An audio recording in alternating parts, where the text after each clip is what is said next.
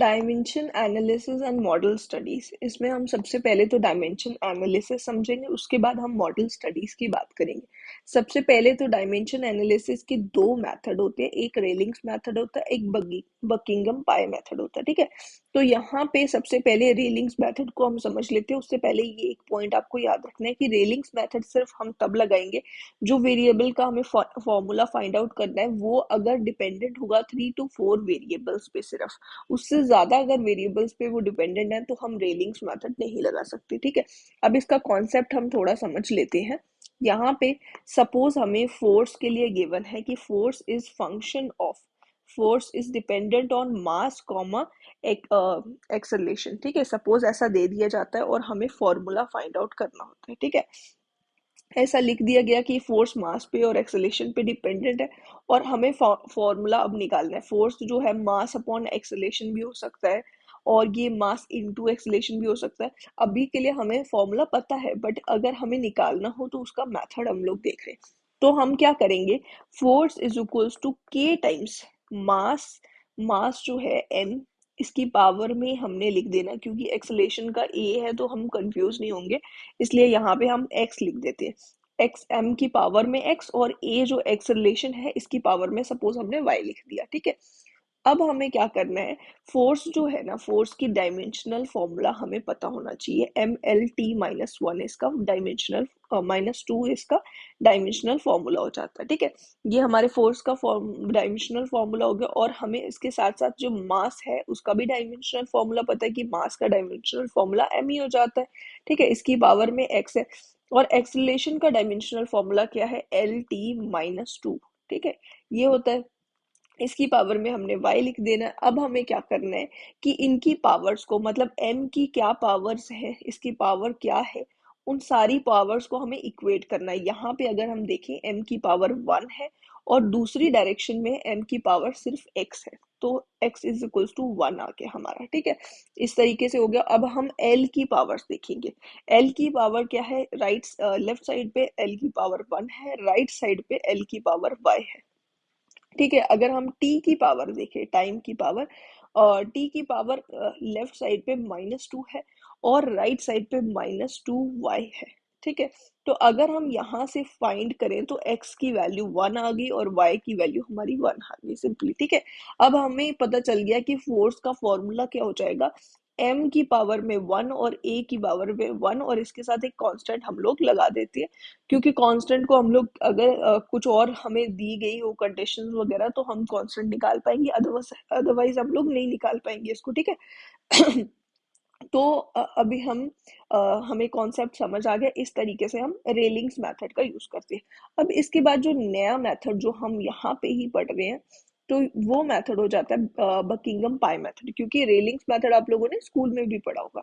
ठीक है, तो बकिंगम पाई मेथड जो है इसमें सबसे पहले n और m हमें पता होना चाहिए। n क्या है, इंडिपेंडेंट और डिपेंडेंट वेरिएबल्स, मतलब टोटल जितने भी वेरिएबल्स है वो हमारे n हो जाएंगे। ठीक है, और m है हमारी फंडामेंटल डायमेंशंस। इन वेरिएबल्स की हमने सबकी अपनी अपनी फंडामेंटल डायमेंशन, मतलब डायमेंशनल फॉर्म में सारे वेरिएबल्स को लिखना, और टोटल हमारी जो फंडामेंटल डायमेंशंस बनती है, मतलब m l t, अगर ये तीनों आ रहे हैं तो हमारी पास फंडामेंटल डायमेंशन कितनी हो जाएगी, 3 हो जाएगी। अगर सिर्फ m l आपको दिख रहा होगा तो हमारी 2 हो जाएंगी, अगर सिर्फ m होगा तो 1 हो जाएगी। इसके सिवाय भी 7 फंडामेंटल डायमेंशंस होती है ना, अगर इसके सिवाय भी आपको दिख रही है कुछ तो वो भी हम इंक्लूड करके टोटल हमें फंडामेंटल डायमेंशंस लिखनी है। जनरली जो मेन होती है MLT ही होती है, तो वो आपके लिए, मतलब आपकी ज्यादातर फंडामेंटल डायमेंशन का आंसर जो होगा ज्यादातर केसेस में 3 आ जाएगा। ठीक है, अब वेरिएबल को हमें इस तरीके से अरेंज करना है कि वो n, जो जितने हमारे इंडिपेंडेंट और डिपेंडेंट वेरिएबल, मतलब टोटल वेरिएबल जितने हैं उसमें से हमें फंडामेंटल डायमेंशंस जो है वो माइनस कर देनी है और इतनी हमें डायमेंशन लेस टर्म्स को इंट्रोड्यूस करना है। मतलब n माइनस m करनी है और जितनी वैल्यू हमारी आ रही है उतनी हमारी फंडामेंटल टर्म्स इंट्रोड्यूस होंगी और उसको हम पाई टर्म्स बोलेंगे। ठीक है, अब यहाँ पे हमारे आएंगे रिपीटिंग वेरिएबल्स। अब जो रिपीटिंग वेरिएबल्स होंगे ना वो हर एक पाई टर्म में होंगे। जैसे हमारे पाई टर्म, सपोज हमारे 3 पाई टर्म्स है, तो हमारे पाई टर्म 1, पाई टर्म 2, इस तरीके से पाई टर्म 3 हम तीनों लिखेंगे, और तीनों में ये 3 के 3 होने चाहिए। अगर ये हमें 3 जो हमें मेन दिए हुए यहाँ पे, ये तीनों के तीनों हमारे होने चाहिए। जैसे ज्योमेट्रिक डायमेंशन जो रिपीटिंग वेरिएबल है, मतलब 3 होने ही चाहिए, उसके सिवाय एक्स्ट्रा हो सकते हैं। मतलब जरूरी नहीं है तीनों रिपीटिंग वेरिएबल्स जो होंगे वो कौन से हो सकते हैं, ये सिर्फ लिखा हुआ है कि वो 2 भी हो सकते हैं। अब ये जो रिपीटिंग वेरिएबल्स है, फर्स्ट जो रिपीटिंग वेरिएबल हमें चूज करना, उसकी ज्योमेट्रिक प्रॉपर्टी होगी। ज्योमेट्रिक प्रॉपर्टी लेंथ, डेप्थ और हाइट हो जाती है, ठीक है। ये सब ज्योमेट्रिक प्रॉपर्टीज हो जाती है किसी भी चीज की। फिर दूसरा वाला जो होगा उसकी फ्लो प्रॉपर्टी होगी, जैसे वेलोसिटी हो जाती है, और रोटेशनल वेलोसिटी हो जाती है, एंगुलर वेलोसिटी, ठीक है, एक्सेलरेशन ड्यू टू ग्रेविटी हो जाती है। ये सब फ्लो प्रॉपर्टीज हैं, ठीक है। थर्ड आ जाती है फ्लूइड की प्रॉपर्टी, यानी कि डेंसिटी और विस्कोसिटी। ये डेंसिटी और विस्कोसिटी पे फ्लूइड जो है उस वो डिपेंडेंट होता है। मतलब विस्कोसिटी ज्यादा होगी तो फ्लूइड जो होगा वो फ्लो इजीली नहीं कर पाएगा, तो मतलब वो डिपेंडेंट होती है फ्लूइड, मतलब फ्लूइड जो होता है वो फ्लूइड प्रॉपर्टीज पे डिपेंडेंट होता है। ये वाली प्रॉपर्टीज होगी, ठीक है। ये रिपीटिंग वेरिएबल हो गए 3। अब हम इस पे एक बेस्ड क्वेश्चन देख लेते हैं ताकि हमें पूरा कॉन्सेप्ट समझ आ जाए, ठीक है। सपोज ये हमें दिया हुआ एक फाई फंक्शन है जिसमें एफ वी रो यानी कि डेंसिटी, और म्यू हमारा हो गया डायनेमिक विस्कोसिटी, और एल हमारी लेंथ होगी, ठीक है। ये सारी चीजें जो है ये हमारे डिपेंडेंट और इंडिपेंडेंट दोनों ही वेरिएबल्स हो गए। टोटल हमारे पास 5 आ गए वेरिएबल्स, ठीक है। टोटल वेरिएबल 5 आ गए। और हमें डायमेंशन जो है, अगर हम इन सब की डायमेंशंस निकाल के देखें, अगर हम फोर्स की अगर डायमेंशन लिखें तो ये आ जाएगी ना mL t-2। वेलोसिटी की हो जाएगी L t-1। डेंसिटी हो जाएगा मास, यानी कि मास अपॉन वॉल्यूम होता है ना, तो ये आ जाता है L की पावर में 3 - 3, ठीक है। और ये काइनेमेटिक डायनेमिक विस्कोसिटी हो जाती है। डायनेमिक विस्कोसिटी हो जाएगा mL-1 t-1। ये फॉर्मूला हो गया डायमेंशनल फॉर्मूला। लेंथ का हमें पता है कि एल ही हो जाता है, तो हमें दिख रहा है कि टोटल 3 ही हमारे डायमेंशनल फॉर्मूलाज है, ठीक है। डायमेंशनल जो टर्म्स है ये फंडामेंटल डायमेंशंस, ये हमारी 3 ही यूज हो रही है यहाँ पे। तो 5 - 3 करा तो 2 हमारे पाई टर्म्स आ गए। हमने 2 पाई टर्म्स अब हमें चाहिए होंगे यहाँ पे, तो पाई 1 पाई 2 हम लोग लिख देते हैं कि ये जो फाई है ये पाई 1 और पाई 2 का फंक्शन है, ठीक है।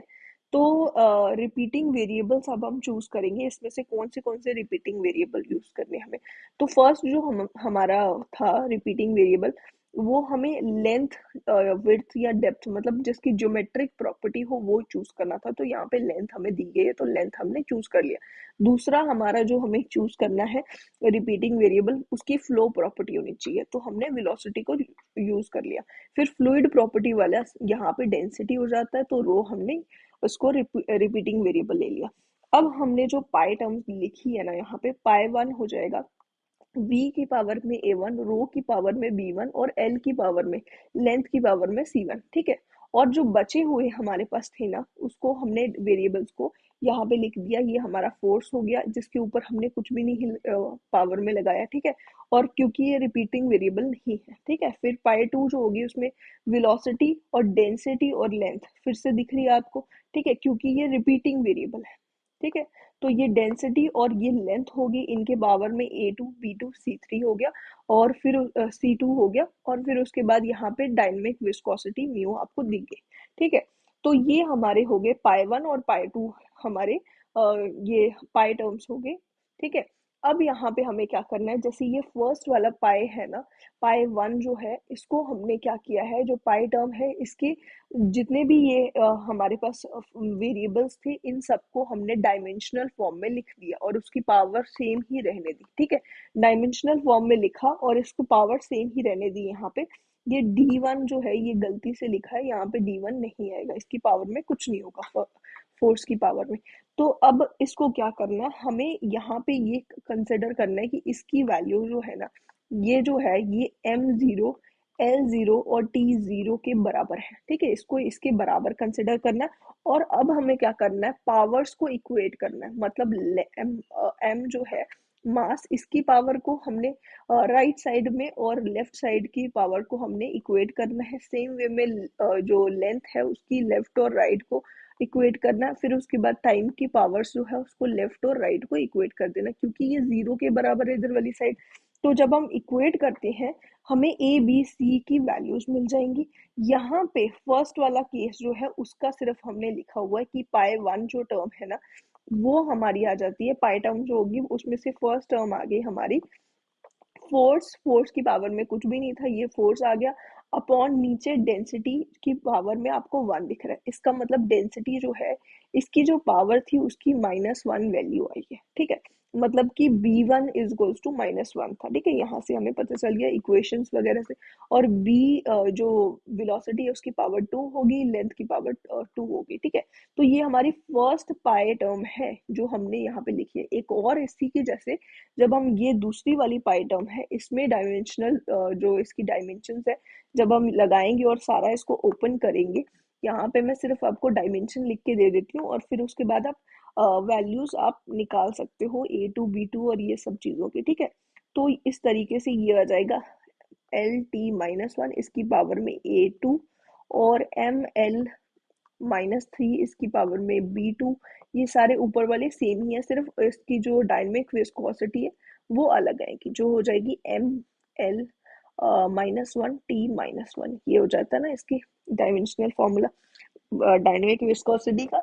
तो अब इसको हमें इक्वेट करना है M0L0T0 से। ठीक है, और हमें फिर से जो दूसरी पाई टर्म होगी ये हमारी फर्स्ट पाई टर्म है, सेकंड पाई टर्म सेम इसी से हमें मिल जाएगी। ठीक है, और पाई जो होगा इन दोनों का फंक्शन होगा, पाई वन का भी और पाई टू का भी।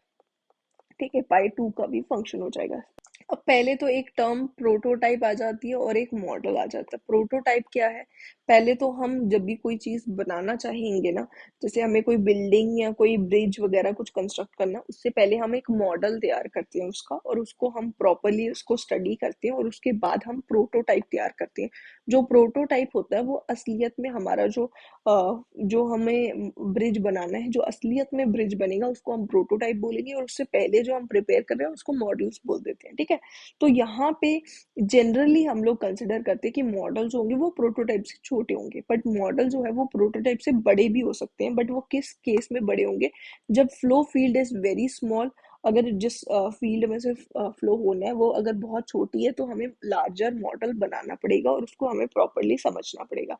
Flow velocity is very large, अगर हमारी फ्लो वेलोसिटी बहुत लार्ज है तो भी हमें लार्जर मॉडल बनाना पड़ सकता है। ठीक है, तो ये केसेस हैं मॉडल और प्रोटोटाइप के बारे में। अब हम फ्लूइड जो है फोर्सेस जो एक्ट करेंगे फ्लूइड मास पे उसके बारे में बात करते हैं। यहाँ पे सबसे पहले इनर्शिया फोर्स आ जाती है जो रेजिस्ट करती है एनी चेंज इन स्टेट। मतलब जो एक बॉडी है उसका जो मास होता है ना उस मतलब ये उस पे डिपेंड होती करती है।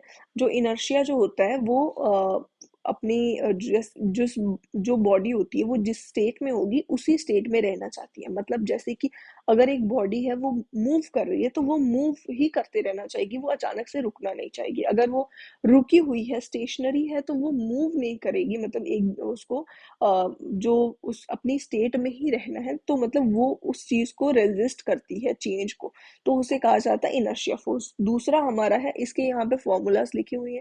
ठीक है, दूसरा हमारा विस्कस फोर्स है जो कि विस्कोसिटी की वजह से होता है। ठीक है, फ्लूइड की जो विस्कोसिटी है वो रेजिस्ट करती है फ्लो को, तो उसकी वजह से जो फोर्स होता है उसको हम विस्कस फोर्स बोलते हैं। ठीक है, फिर आ जाता है ग्रेविटी फोर्स जो कि ग्रेविटी की वजह से होता है। मतलब ग्रेविटी की वजह से एक बॉडी जो है वो मूव करके अर्थ पे ही गिरती है, जो हमने अर्थ की ग्रेविटी के बारे में पढ़ा है। ठीक है, तो ये जो है ये ग्रेविटी फोर्स हो जाता है। ठीक है, फिर उसके बाद आ जाता है प्रेशर फोर्स जो कि प्रेशर की वजह से होता है। ठीक है, तो ये प्रेशर फोर्स हो जाएगा। फिर सरफेस टेंशन फोर्स हो जाता है जो कि सरफेस टेंशन की वजह से हो जाता है। अब सरफेस टेंशन हमने बहुत शुरुआत में पढ़ी थी फर्स्ट चैप्टर में। तो सरफेस टेंशन क्या हो जाती है, प्रेशर भी आपको पता ही होगा, सरफेस टेंशन भी मैं अज्यूम करके चल रही हूँ आपको पता ही होगा, बट मैं थोड़ा सा आपको बता देती हूँ कि अगर कोई भी लिक्विड है उसके जो सरफेस पे जो टेंशन होगी किसकी वजह से, क्योंकि उसके अंदर के जो पार्टिकल्स होंगे वो अपनी तरफ ऊपर की लेयर के पार्टिकल्स को पुल कर रहे होंगे, ठीक है, उसके ऊपर फोर्स लगा रहे होंगे, तो वो अंदर की तरफ खींच रहे होंगे, उस चीज की वजह से सरफेस टेंशन डेवलप होती है, जो कि अगर कोहेजन बहुत ज्यादा होगी तो ये ज्यादा हो जाएगी, ठीक है। सरफेस टेंशन, तो सरफेस टेंशन फोर्स की वजह से जो मतलब सरफेस टेंशन फोर्स जो है वो सरफेस टेंशन की वजह से होती है। फिर इलास्टिक फोर्स है due to elasticity of the body. एक बॉडी की इलास्टिसिटी की वजह से जो फोर्स आती है वो इलास्टिक फोर्स हो जाती है, या फिर ये कंप्रेसिबिलिटी की वजह से भी होती है, ठीक है। तो इलास्टिसिटी, बल्क मॉडुलस और जो हमारा कंप्रेसिबिलिटी है, वो दोनों एक दूसरे पे डिपेंडेंट होते हैं ना। तो इलास्टिक फोर्स जो है वो दोनों पे डिपेंडेंट है, एक तो इलास्टिसिटी पे डिपेंडेंट है और कंप्रेसिबिलिटी पे भी डिपेंडेंट है। अब हम बात कर लेते हैं डायमेंशनलेस पैरामीटर्स के बारे में, जिसमें से सबसे पहला पैरामीटर आ जाता है रेनॉल्ड्स नंबर, जिसके बारे में आपने बहुत बार फ्लूइड मैकेनिक्स में पढ़ा है, ठीक है। फ्लूइड मैकेनिक्स में रेनॉल्ड नंबर के बारे में हम लोग शुरुआत से पढ़ते हुए आते हैं। रेनॉल्ड नंबर हो जाता है inertia force upon viscous force. जो हमने ये फोर्सेस देखी है, अब इन्हीं के रेशियोज की बात चलेगी, ठीक है। तो viscous inertia force upon viscous force हो जाता है रेनॉल्ड नंबर, और ये डायमेंशन लेस पैरामीटर है, ठीक है। अब यहाँ पे एक तो इनर्शिया फोर्स हर एक में आएगा, ठीक है। पहले तो ये चीज आपको ध्यान रखनी है कि इनर्शिया फोर्स हर एक डायमेंशनल पैरामीटर में, डायमेंशन लेस पैरामीटर पे आएगा, ठीक है। तो यहाँ पे दूसरी वाली फोर्स पे हमें थोड़ा और ध्यान देना है। यहाँ पे नीचे आपको inertia force with respect to हम विस्कस फोर्स देख रहे हैं, तो यहाँ पे विस्कस फोर्स की अगर हम बात करें, विस्कस फोर्स बढ़ेगी तो रेनॉल्ड नंबर घटेगा, ठीक है। और इसीलिए रेनॉल्ड नंबर का हम यूज करते हैं एरोप्लेन्स और सबमरीन्स और पाइप फ्लो ऑटोमोबाइल्स में, जहाँ पे भी विस्कोसिटी आ जाती है, फ्लूइड की वजह से चीजें चल रही हैं। जैसे फ्लूइड, हमारे आसपास जो एयर है ना वो फ्लूइड ही है, उसकी उसके रिस्पेक्ट में भी हम चीजों को देख सकते हैं। तो एरोप्लेन्स जो है वो एक फ्लूइड मीडियम में एरोप्लेन्स चलती हैं। सबमरीन्स जो होती हैं वो फ्लूइड मीडियम उस टाइम पे लिक्विड हो जाता है। फिर पाइप फ्लो है, उसमें भी फ्लूइड है। ऑटोमोबाइल्स की अगर हम बात करें, ऑटोमोबाइल्स जो है इसके आसपास भी एयर होती है जब ये मूव करते हैं। तो अगर आपने फील करा हो कि अगर आप बाइक या कोई स्कूटी वगैरह चला रहे होगे तो आपने एक्सपीरियंस करा होगा कि एकदम से बहुत ज्यादा रश ऑफ विंड आपकी तरफ आती है, ठीक है। तो वो आपके फ्लो को, मतलब आपकी मूवमेंट को रेजिस्ट कर रही होती है, ठीक है। तो वो चीज जो है वो रेनॉल्ड नंबर से रिलेटेड हो जाती है, ठीक है। उसके बाद सेकंड हमारे पास है फ्रॉड नंबर, जो कि रेशियो है। यहाँ पे सिर्फ ये इनर्शिया, जो रेनॉल्ड नंबर था वो inertia force upon viscous force था। फ्रॉड नंबर और आगे वाले जितने भी हैं वो सब root of inertia of something होंगे, ठीक है। तो ये चीज आपने ध्यान रखनी है। फ्रॉड नंबर की अगर हम बात करें, ये root of inertia force upon gravity force हो जाता है, ठीक है। तो यहाँ पे ग्रेविटी की बात आ जाती है, मतलब जहां पे भी ग्रेविटी से रिलेटेड बात आएगी वहां पे फ्रॉड नंबर एप्लीकेबल होगा। जैसे कि ओपन चैनल फ्लो, जिसमें ओपन चैनल फ्लो में फ्लो जो है वो ग्रेविटी की वजह से होता है। स्पिलवे हो जाता है, वियर हो जाता है, हार्बर मॉडल, इन सब चीजों में फ्लो जो है वो ग्रेविटी की वजह से हो रहा है, ठीक है। तो यहाँ पे अगर हमारी ग्रेविटी बढ़ती है तो हमारा फ्रॉड नंबर जो होगा उसकी वैल्यू कम हो जाएगी, ठीक है। तो ये दो जो डायमेंशनलेस पैरामीटर है ये बहुत इंपॉर्टेंट है कि आपको याद रखने हैं। बाकियों का भी आपने थोड़ा बहुत याद रखने की कोशिश करनी है। हमारे पास थर्ड डायमेंशनलेस पैरामीटर है यूलर्स नंबर, जो कि है inertia force upon pressure force, ठीक है। अब यहाँ पे प्रेशर फोर्स की बात चल रही है, तो आपको उससे रिलेटेड जितना भी आपके दिमाग में आता है, जैसे कि कैविटेशन प्रॉब्लम जो है, उसमें हमने फर्स्ट चैप्टर में ही समझा था कि कैविटेशन जो है, अगर हमारा प्रेशर वेपर प्रेशर से कम हो जाता है तो कैविटेशन की प्रॉब्लम हो सकती है।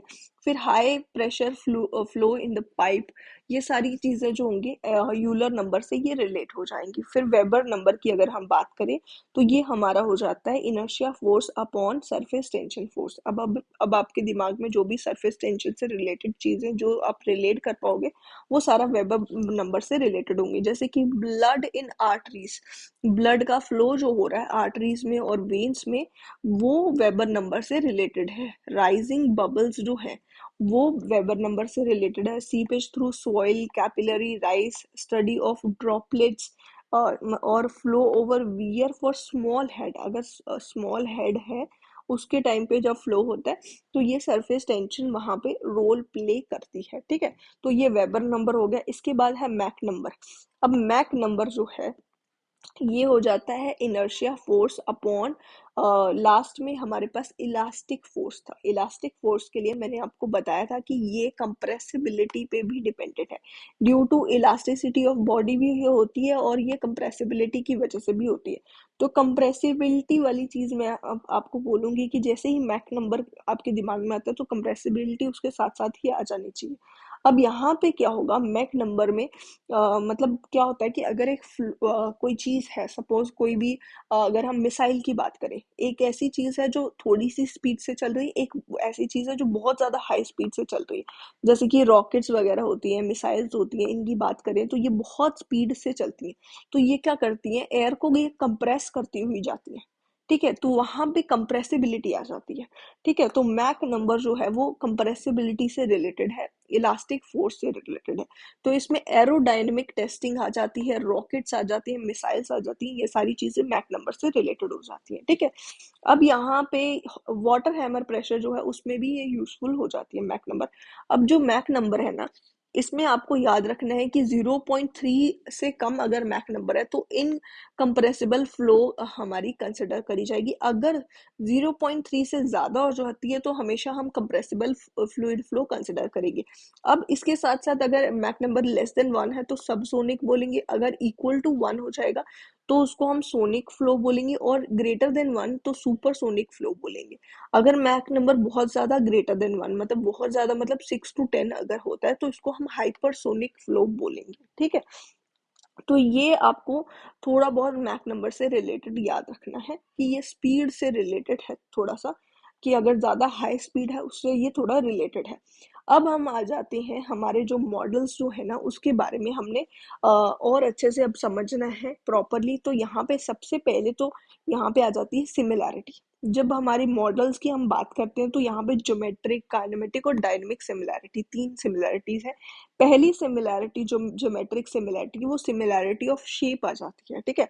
यहाँ पे शेप की सिमिलैरिटी जैसे लेंथ, विड्थ और डेप्थ वगैरह जो है, ठीक है, ये सारी चीजें इसमें आ जाएंगी। तो जो हमारी ज्योमेट्रिक सिमिलैरिटी है ना, वो पहले अगर वो सेटिस्फाई हो जाती है, अगर ज्योमेट्रिक सिमिलैरिटी जो है वो हमारी एग्जिस्ट करती है मॉडल के अंदर, मतलब हमारा इसका सिमिलैरिटी का मतलब क्या है। सपोज हमने कोई भी चीज बनाई है, सपोज हमने एक ब्रिज बनाया है, ठीक है। तो उसके जो डायमेंशंस है, एक ब्रिज बनाने से पहले हमने उसका मॉडल बनाया होगा ना। ये मॉडल सपोज हमारा है, ठीक है।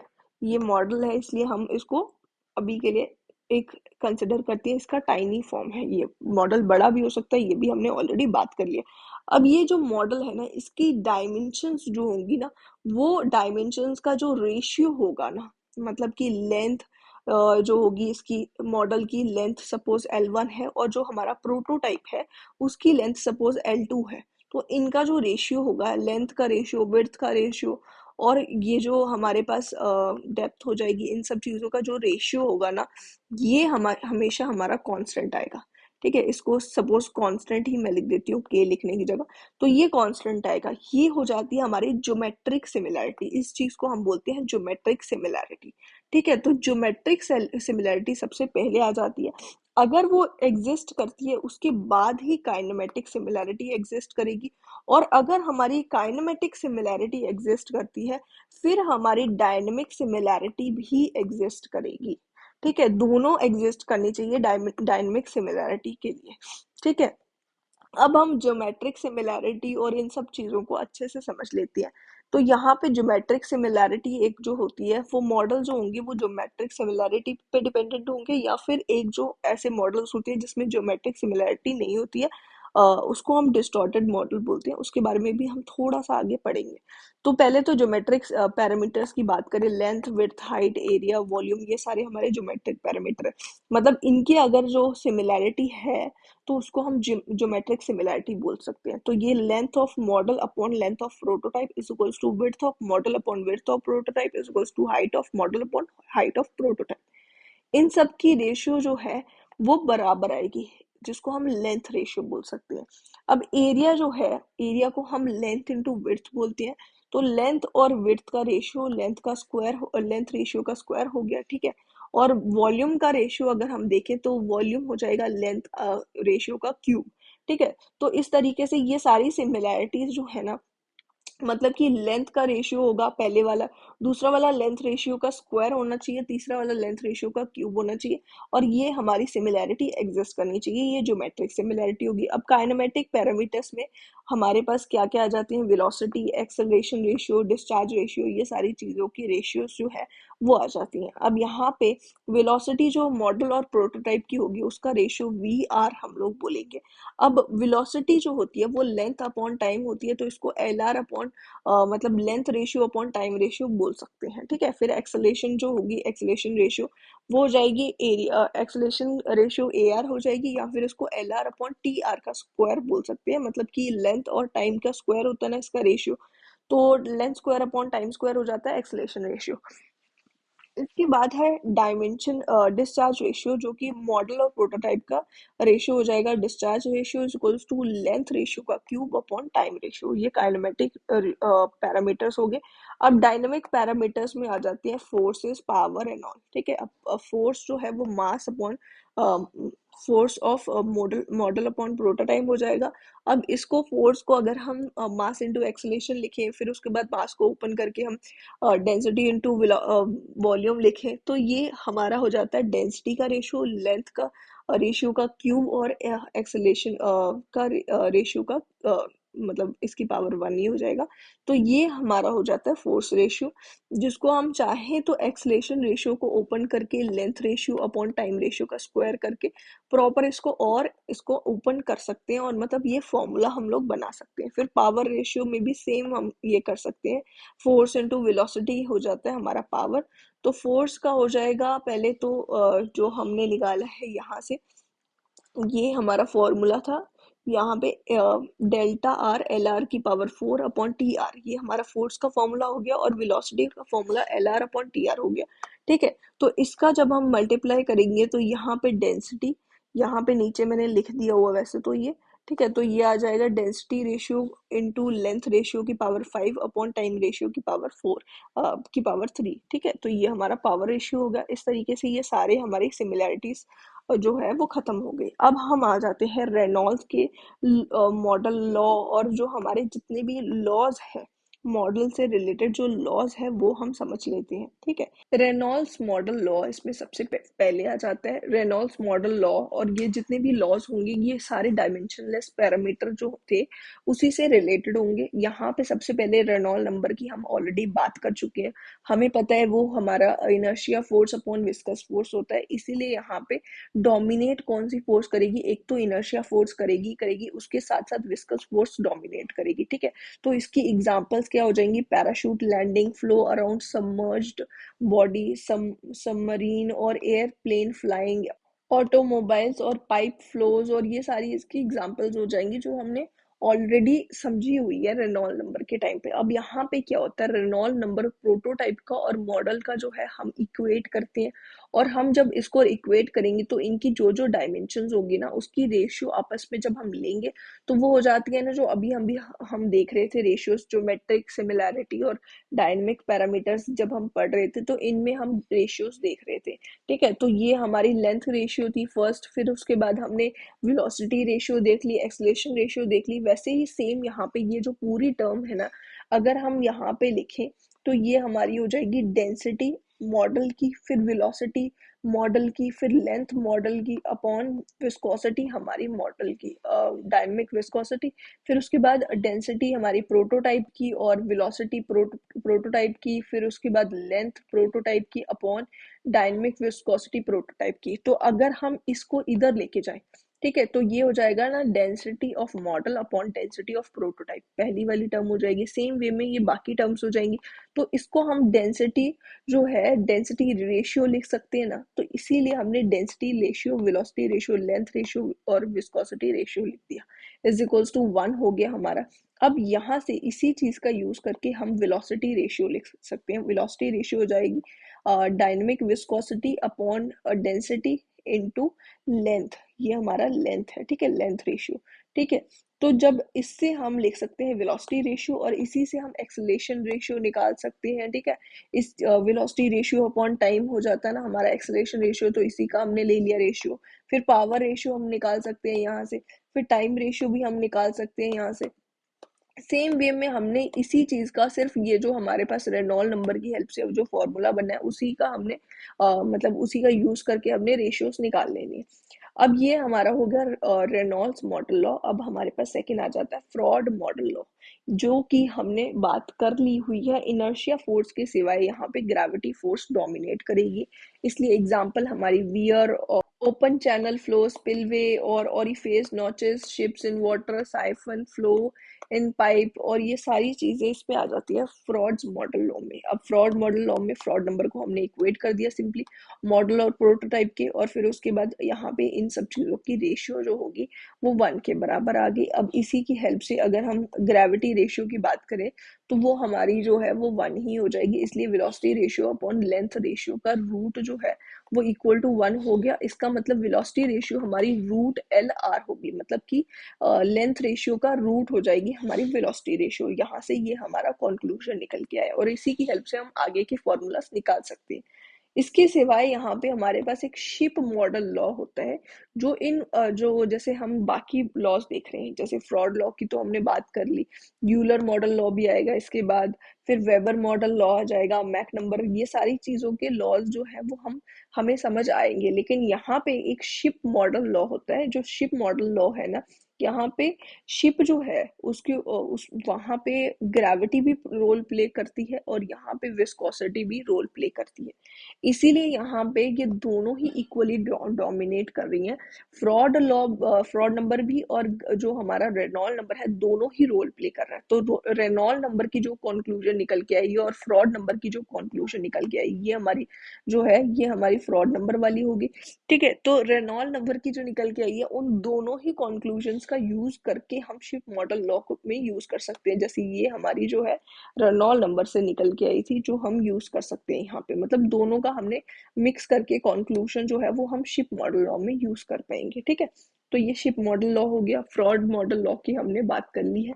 यहाँ पे ये फॉर्मूला थोड़ा इंपॉर्टेंट हो जाता है। डिस्चार्ज जो है, डिस्चार्ज रेशियो जो है यहाँ पे हो जाती है लेंथ का क्यूब अपॉन टाइम का रेशियो जो है ये हो जाएगा। अब यहाँ पे टाइम का रेशियो हमारे फ्रॉड मॉडल लॉ में रूट एल आर आया था, जिसकी वजह से ये ओवरऑल डिस्चार्ज जो है उसका रेशियो हो जाता है लेंथ रेशियो की पावर में 5/2, ठीक है। अब रेनॉल्ड्स मॉडल लॉ की हमने ये बात अभी आपको मैं फिर से ये बता रही हूँ, पर आपको याद रखना है रेनॉल्ड और फ्रॉड मॉडल लॉ बहुत इंपॉर्टेंट है। इसलिए रेनॉल्ड्स में विस्कस फोर्स इनर्शिया फोर्स के साथ जो है वो रोल प्ले करती है, और फ्रॉड मॉडल लॉ में ग्रेविटी फोर्स जो है वो इनर्शिया फोर्स के साथ रोल प्ले करती है। अब बाकी जो मॉडल लॉस हैं ये इतने इंपॉर्टेंट नहीं है, बट आपको याद रखना है थोड़ा थोड़ा। यूलर मॉडल लॉ जो है इसमें inertia plus pressure force dominate करती है। इसमें हमने क्या किया, cavitation water hammer pipe flow at high pressure, ये हमने ऑलरेडी देख लिए एग्जांपल्स। यहाँ पे हमने यूलर नंबर को बस इक्वेट कर दिया, और यूलर नंबर की हेल्प से जो जो हमारे पास टर्म आई है उसका रेशियो इज इक्वल्स टू 1 हो जाएगा हमारा यूलर मॉडल लॉ में। वेबर मॉडल लॉ में इनर्शिया और सरफेस टेंशन फोर्स जो है वो डोमिनेट करेंगे। यहाँ पे blood flow in veins, capillary rise, ये सब कुछ इसकी एग्जांपल्स हो जाती है। वेबर जो नंबर था उसको हमने इक्वेट कर दिया मॉडल और प्रोटोटाइप के लिए, और हमारे जो रेशियोज आ जाती हैं वो सब इक्वल टू 1 हो जाएंगे, ठीक है। यहाँ पे फिर मैक मॉडल लॉ जो है इसमें इनर्शिया और कंप्रेसिव फोर्स डोमिनेट कर रही है। तो हमने जो यहाँ पे मैक नंबर था उसको इक्वेट करा, और जो हमारी रेशियोज निकल के आए उसको इक्वेट कर दिया 1 से, ठीक है। अब मैक मॉडल लॉ जो है उसकी एग्जांपल्स मिसाइल इन एयर होगी, टॉर्पिडो जो है, टॉर्पिडो इस तरीके का होता है जो कि हमारे मतलब ये सबमरीन्स जो है मतलब उसको डिस्ट्रॉय कर सकते हैं टॉर्पिडोज, इस तरीके की मतलब ये अ, इसको फायर करा जाता है सबमरीन्स की हेल्प से या फिर जो भी है।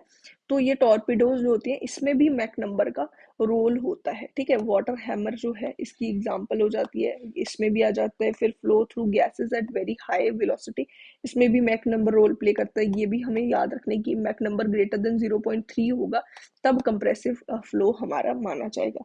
Compressibility comes with high speed, ये चीज हम लोगों ने पहले ही बात कर ली है। और इसीलिए एरोप्लेन में कंप्रेसिबिलिटी की बात नहीं आती है। सिर्फ हम बहुत ज़्यादा हाई स्पीड में जैसे ही मूव कर रहे होते हैं, जो हमारे स्पेस क्राफ्ट्स वगैरह होती हैं, तो वो यहाँ पे आ जाती हैं। अब रिवर मॉडल लॉ भी हम देख लेते हैं, ये हमारा लास्ट शायद लॉ है, हाँ। और रिवर मॉडल लॉ जो है ना, इसमें डिस्टॉर्टेड मॉडल आ जाते हैं। इसमें क्या होता है, जो हमारे यहाँ पे जो हॉरिजॉन्टल स्केल और वर्टिकल स्केल जो है ना, मतलब इसमें ज्योमेट्रिक सिमिलैरिटी नहीं होती है। जो हमारा जो हॉरिजॉन्टल स्केल होता है और वर्टिकल स्केल जो होता है ना, उसमें लार्ज डिफरेंस आता है। इसीलिए इसको हम अलग से समझते हैं और इसको हम रिवर मॉडल लॉ बोलते हैं। इसमें हार्बर, रिवर और एस्चुरी, इन सब चीज़ों के लिए ये जो बाकी ज्योमेट्रिक सिमिलैरिटी होती है वो एग्जिस्ट नहीं करती है। इसलिए यहाँ पे रिवर मॉडल लॉ बनाया गया है। यहाँ पे different scale ratios for horizontal और वर्टिकल जो है, उसके लिए दोनों के लिए डिफरेंट स्केल रेशियोज आ जाएंगे, ठीक है। अब लेंथ रेशियो की अगर हम बात करें इन द हॉरिजॉन्टल डायरेक्शन, तो लेंथ और विड्थ की रेशियो जो है, उसको हम लेंथ रेशियो इन हॉरिजॉन्टल मानेंगे, और जो हाइट की रेशियो है ना, उसको लेंथ रेशियो इन वर्टिकल मानेंगे, ठीक है। सपोज हमारे पास ये इस तरीके से एक चीज है, ये क्यूबॉइड की अगर हम देखें, क्यूबॉइड देख लें या फिर हम क्यूब को देखें, तो ये जो है यहाँ पे ये लेंथ और ये विड्थ है, ठीक है। ये हॉरिजॉन्टल प्लेन में है ना, ये पूरा का पूरा नीचे वाला जो है ये हॉरिजॉन्टल प्लेन में। हाइट की अगर हम बात करें, तो हाइट की बात जो है वो वर्टिकल प्लेन में आती है, ठीक है। हाइट हो जाती है वर्टिकल प्लेन में, तो इसीलिए हम हाइट को, लेंथ रेशियो जो हाइट की जो है वो वर्टिकल प्लेन में देख रहे हैं, ठीक है। फिर यहाँ पे फ्रॉड लॉ जो है, फ्रॉड लॉ के हिसाब से अगर हम देखें, पहले ये मैं रब कर देती हूँ। अब अगर हम फ्रॉड लॉ के हिसाब से देखें, वेलोसिटी रेशियो जो है वो हमारी जो है वो हो जाएगी लेंथ रेशियो इन वर्टिकल, ठीक है। वो हमारा रूट, जो हाइट है, हाइट का रूट जो है वो हमारा हो जाएगा, और height of prototype upon height of model, उसका रूट, ठीक है। तो ये हो जाएगा। फिर उसके बाद एरिया रेशियो जो होती है वो हमारी हाइट के साथ साथ, मतलब कि वर्टिकल और हॉरिजॉन्टल दोनों ही लेंथ का रेशियो जो है उसका मल्टीप्लिकेशन होगा। डिस्चार्ज की बात करें तो यहाँ पे area ratio into velocity ratio हो जाता है। इसलिए इन दोनों का जो मल्टीप्लिकेशन है, जो हमने पहले निकाला है, इन दोनों चीज़ों का मल्टीप्लिकेशन हम करेंगे, और ये हाइट का जो हमारा हॉरिजॉन्टल लेंथ है उसका horizontal length ratio into vertical length ratio की पावर में 3/2, ये हमारा डिस्चार्ज रेशियो हो जाता है इसके केस।